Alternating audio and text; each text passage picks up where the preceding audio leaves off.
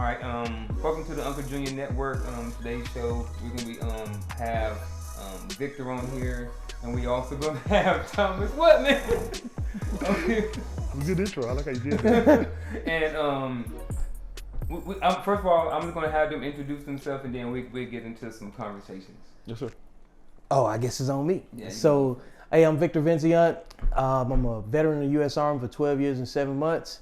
I got out in 2013. I worked and lived in Afghanistan for 4 years after that. I published 2 books, one of them being The Code. It's a blueprint to solidarity among reasonable black people, and it's designed to get a conversation going that produces a dialogue that leads to solutions on behalf of black people.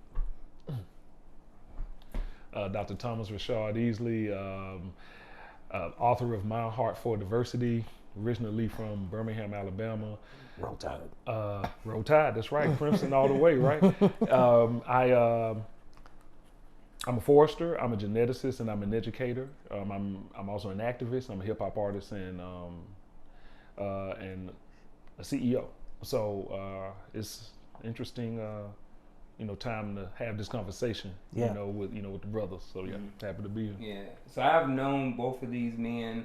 I met Vic back in 2008, 2009, back in Iraq, and I met Dr. Easley in 2010, right after I got back from Iraq. So I've been very close in certain spaces to both of these gentlemen for a few years, and it's good for us to finally come together and have some of these conversations. Yes, sir. So one of the things I want to start off talking about is, as we are, considered uncles, in our early 40s, Yeah.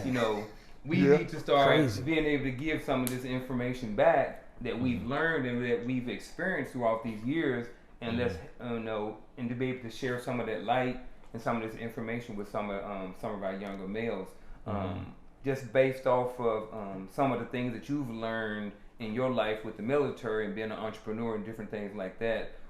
What's something right off the top where you feel like you have that young men need? A warrior spirit. Mm-hmm. We are in a fight, always have been in a fight. Black people have constantly been in resistance, and you're from Birmingham. You know what our history is as far as the city is concerned in terms of like the civil rights movement and stuff like that. Yep.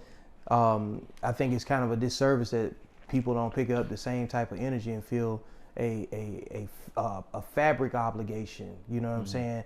Something that's really sewn into you, and the only way you could really feel that need is you have to embody a warrior spirit at some point. And with you being an activist and a revolutionary in yourself, you know that's the type of energy you have to take into every single thing that you do. So I think every man that's looking for their identity has to first find something that they're good at, be willing to protect it, and be willing to defend it. You know what I'm saying? And if you can't defend something at the lowest level, you can't defend the culture. Yeah. Wow. What about you, Dr. Easley? What's the question? No,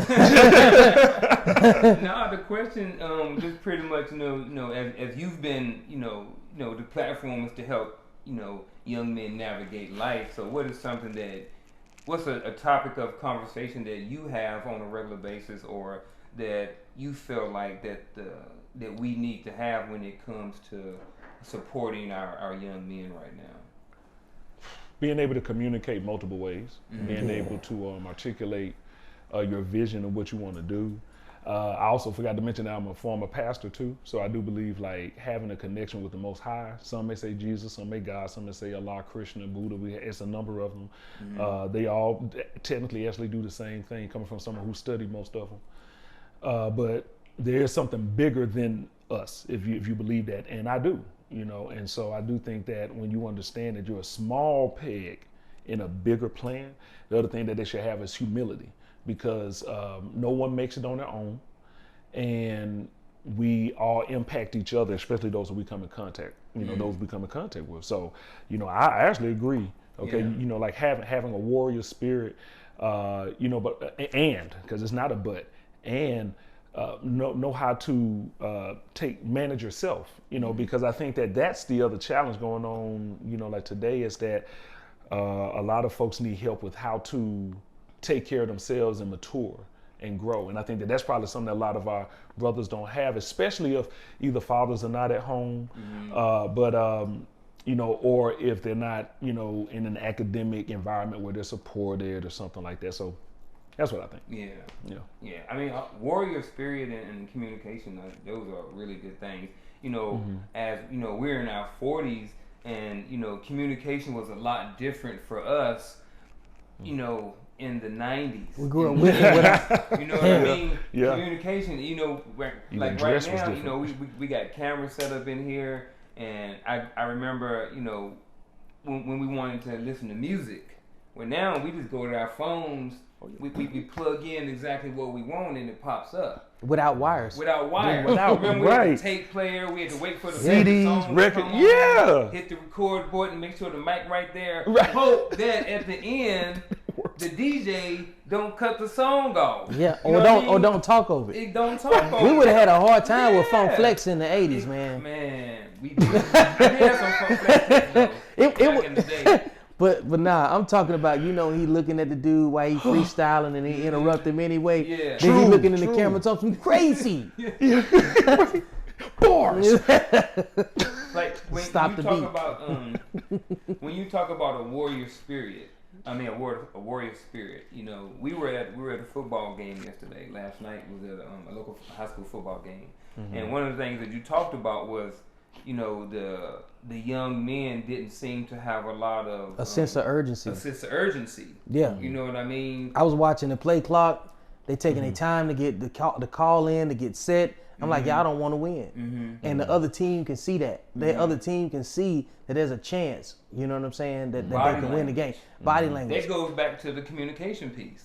Okay. You know what I mean? Because body language is communicating. You just communicating to the other team. As a warrior, your body language gives away your position. You know what I'm saying? Like when you watch football, it's a game of chess at different levels. You know what I'm saying? The offensive line is making checks. The defense is making checks. You know what I'm saying? If your quarterback got his hip turned a different way, they can kind of guess it's going to be a running play. You know what I'm saying? They can tell by the way your feet position. You know what I'm saying? So you got to mask it well.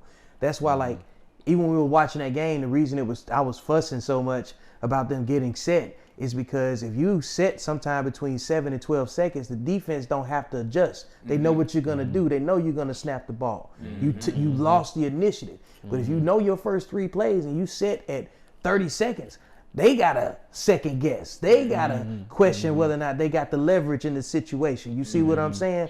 So even when you're not sure, you need to look like it. That's the fake it till you make it part. You know what I'm saying? And execute. You know what I'm saying?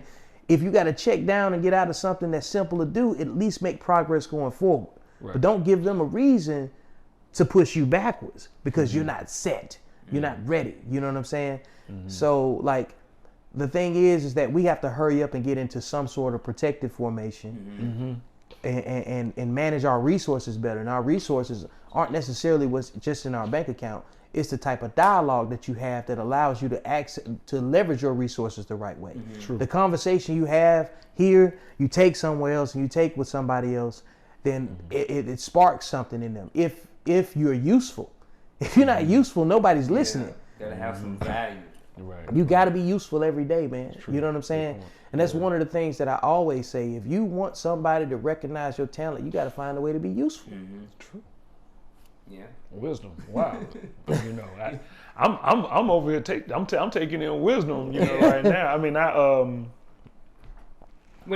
I could challenge. Well, see, there are a number of things that I could challenge out of everything that was said. Like I could challenge even understanding of the sport of football and how it's not really football. That soccer's football. Yeah. You know, but right? But I want to be real. I want to start with that. Right. Growing up in a country that thinks it's better than the rest of the world sets you up. You know, poor expectation management all the way. 2, if you've never been anywhere, it's hard for you to know how to engage with people. I didn't say impossible, but it's hard. When I say anywhere, I mean outside of your neighborhood, outside of your state, and if you can, as you all have done, same here, outside of the country. In a way, that's a luxury to be able to do that for some, but you know, if you can get out and meet people, that's great because then you learn how to engage with different types of people. Now going back to what you were saying, the chess.